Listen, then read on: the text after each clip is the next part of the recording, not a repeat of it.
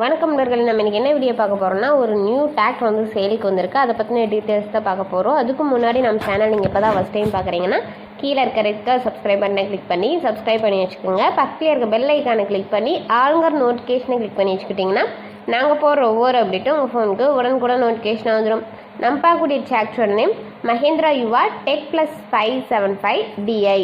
இந்த வண்டியோட மாடல்னு எடுத்துக்கிட்டிங்கன்னா இந்த வண்டி வந்து 2023 பை பண்ணி இன்னும் ரிஜிஸ்ட்ரேஷன்லாம் முடிக்காமல் வச்சுருக்குறாங்க.